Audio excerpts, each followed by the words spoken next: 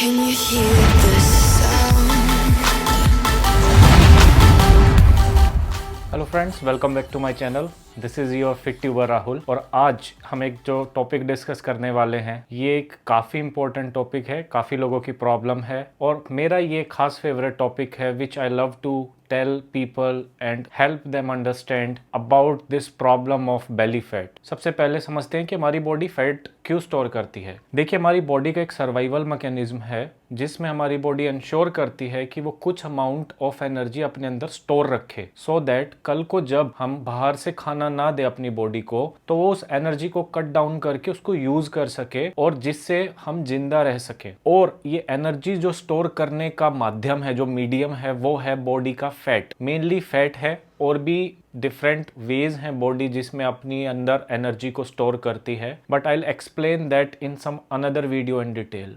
समझने के लिए it is important for you कि जो मैक्रो न्यूट्रिएंट्स हैं जो हमको डेली इनटेक में 10 ग्राम से ज़्यादा कंज्यूम करने होते हैं, जिनका नाम है protein, fats, carbs and water. ये जो आपके मैक्रो न्यूट्रिएंट्स है, इसमें जो मेनली प्रोटीन, फैट और कार्ब हैं, इनकी एक यूनिट कितना एनर्जी रिलीज करती है। तो जो आपके 1 ग्राम कार्बोहाइड्रेट या 1 ग्राम प्रोटीन है, अगर आप उनको बर्न करते हैं, अगर आपकी बॉडी उनको बर्न करती है, तो 1 ग्राम प्रोटीन या कार्बोहाइड्रेट 4 कैलोरीज रिलीज करते हैं। जबकि अगर आप फैट का 1 ग्राम बर्न करेंगे तो आपको लिटिल ओवर 9 कैलोरीज मिलेंगी, विच मीन्स जो फैट है उसकी एक सिंगल यूनिट लगभग दुगनी एनर्जी रखती है अपने अंदर। और इसीलिए ये एक काफ़ी एफिशिएंट तरीका है एनर्जी को फैट की फॉर्म में स्टोर रखने का। जैसा कि मैंने बताया, I will not go in much depth, but आपकी बॉडी में एनर्जी स्टोर करने के मेनली आपको समझने के लिए मेनली 2 फॉर्म हैं। एक है ग्लाइकोजन और दूसरा है फैट। कुछ और भी एनर्जी स्टोरेज सिस्टम्स है जैसे फॉस्फेजन सिस्टम है, but for the purpose of simplification and developing your understanding,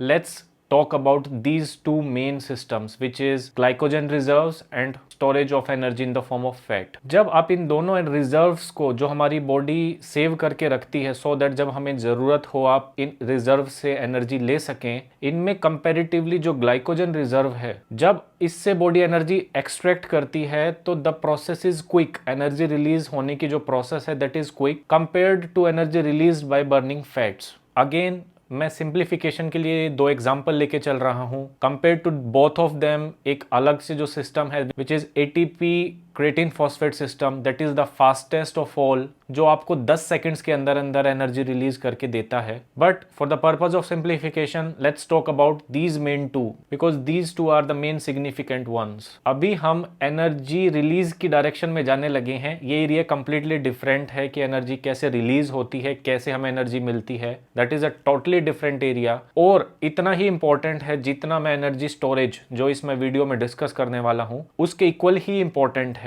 Maybe I will discuss that in my next video, but let's just limit ourselves to energy storage mechanism। तो जब आप जो खाना खाते हैं वो खाना आपकी बॉडी में जाके डाइजेस्ट होता है, ब्रेक डाउन होके सिंपल शुगर की फॉर्म में बनता है which is known as glucose.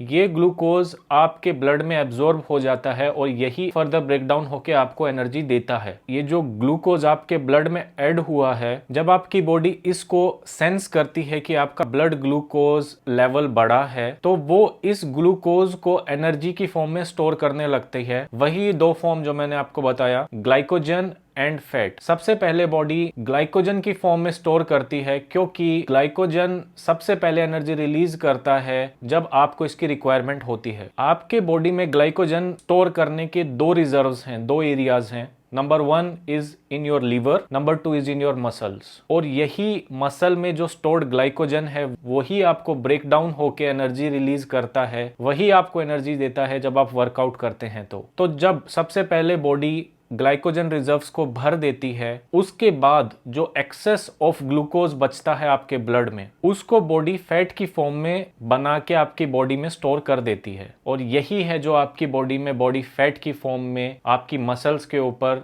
जो फैट एक्यूमुलेटेड जो आपको दिखता है। आज से आप अच्छे से अपने दिमाग में ये सेट कर लीजिए तो आज अच्छे से आप सभी लोग अपने दिमाग में बैठा लीजिए, ये मेरी खुद की थ्योरी नहीं है, ये एक प्रूवन साइंटिफिक फैक्ट है कि जो आपकी बॉडी में फैट स्टोर्ड है ये वो फैट नहीं है जो आपने अपनी डाइट से खाया है। जो आपकी बॉडी में फैट जमा हुआ है वो फैट है एक्सेस ऑफ ग्लूकोज जो आपके ब्लड में था, जो आपकी बॉडी ने जिसको कन्वर्ट करके फैट बनाया है। जो आप डाइट में एक्सेस ऑफ फैट खाते हैं वो आपकी बॉडी में जाके आपकी लिपिड प्रोफाइल और काफ़ी और चीज़ों में कंट्रीब्यूट करता है। वो आपके बॉडी के फैट बनाने में भी कंट्रीब्यूट करता है, बट उसका जो प्रोसीजर है, जो मैकेनिज्म है, that is exactly the same जो मैंने बताया। अगर आप ज़रूरत से ज़्यादा फैट खाएंगे तो फैट की एक यूनिट में कंपेरेटिवली दुगनी एनर्जी होती है compare to carbs and proteins. वो एक्सेस ऑफ एनर्जी आपके ब्लड में जाएगी और ब्लड फिर एक्सेस ऑफ एनर्जी का after fulfilling your glycogen reserves fat बना देगा, which I already have explained. तो अभी आपको ये समझ आ गया कि आपके बॉडी में फैट क्यों जमा हो रहा है, but still the question is the same, belly पे ज्यादा क्यों हो रहा है। See, this point is related to the biology and your digestive system and is affected by your genetics. कुछ लोग होते हैं जिनके बेली पे फैट होता है बट कंपेरेटिवली काफी कम बेली फैट स्टोर करती है उनकी बॉडी। कुछ लोग होते हैं जिनकी बॉडी चारों तरफ साइडवेज वीक होती है बट उनके बेली पे फैट काफ़ी ज़्यादा एक्यूमुलेटेड होता है, जिनको हम स्किनी फैट भी बोलते हैं। जो कुछ लोग कम बॉडी फैट स्टोर करते हैं और जो कुछ लोग ज़्यादा बॉडी फैट स्टोर करते हैं, उसका रीज़न है आपके जेनेटिक्स। और इन जनरल सभी लोग बेली पे कंपैरेटिवली ज़्यादा फैट स्टोर करते हैं compare to other body parts. Your body's biology and digestive system is the reason for that. See, your belly is closest to the processing centre of your digestive system. तो जो आपका belly area है that is exposed सबसे पहले to the glucose, जो food को break down करके हमारी बॉडी हमारे ब्लड में ऐड करती है। But this is not the only reason for belly fat, because वही ग्लूकोज हमारे ब्लड में मिलके पूरी बॉडी में भी जाता है। The main reason for accumulation of fat is the distribution of blood vessels around your belly area। आपके बेली में ब्लड वेसल्स तो हैं बट जो उनकी प्रेजेंस है वो मोस्टली ऑर्गन्स के आसपास है, ना कि आपकी बेलीज के मसल फैमिली जिसको हम रेक्टस एब्डोमिनस बोलते हैं उसके पास। जो आपकी बेली के मसल्स के ऊपर जमा है, जो आपको दिखता है, उसको ब्लड ऑक्सीजन का कम एक्सपोजर मिलता है। और आप सबको पता है कि जो ब्लड में ऑक्सीजन है यही हमारे फैट को बर्न करके एनर्जी रिलीज करती है। बिकॉज ऑफ दिस प्रॉब्लम यहाँ का फैट बर्न नहीं हो पाता है compared to the fat in other parts of our body. और यही रीज़न है कि हमको बेली पे फैट ज़्यादा एक्यूमुलेटेड दिखता है। जब आप बॉडी फैट कट डाउन करते हैं by controlling your calorie intake and by doing sufficient amount of workout, तो काफ़ी लोगों को लगता है कि उनकी बॉडी में शोल्डर्स से, आर्म से, फेस से, जॉलाइन एरिया से फैट जा रहा है, बट उनको चेस्ट पे या लोअर एब्डोमेन या कंप्लीट बेली एरिया में फैट जाता हुआ नहीं दिखता है। Actually the whole difference is कि जो अदर एरियाज हैं वो बेटर एक्सेसिबल हैं टू आवर ब्लड ऑक्सीजन, और इसलिए कंपैरेटिवली हमें बाकी एरियाज से फैट ज़्यादा जाता हुआ दिखता है। तो हमको लगता है कि बेली से फैट नहीं जा रहा है, और यही रीज़न है कि काफ़ी लोग फ्रस्ट्रेट होके थक हार के गिव अप कर देते हैं। इन रियल बेली से भी फैट जा रहा होता है। नंबर 1, एक तो वो स्लो रेट से जा रहा होता है। नंबर 2, वहाँ पे एक्यूमुलेशन ज़्यादा है तो उसको कंप्लीट जाने में भी टाइम लगेगा। सो आई थिंक आप लोगों को कंसेप्ट क्लियर हो गया है कि क्या रीज़न है कि हमारी बेली पे फैट ज़्यादा है, और जब हम कट डाउन करते हैं तो क्यों हमें लगता है कि वहाँ से फैट नहीं जा रहा है। The both things have the same reason. But let me tell you one important thing कि जब आपकी बॉडी बाकी एरिया से फैट कट डाउन करके मिनिमम पे पहुँच जाती है, that actually is the state जब आपकी बॉडी पूरा कंसंट्रेट करती है आपके बेली से फैट निकालने पे। और वही एक सिचुएशन है जब आपको एक बहुत फास्ट पेस से बेली फैट जाता हुआ दिखता है। द प्रॉब्लम इज काफ़ी लोग वहाँ तक पहुँच नहीं पाते हैं।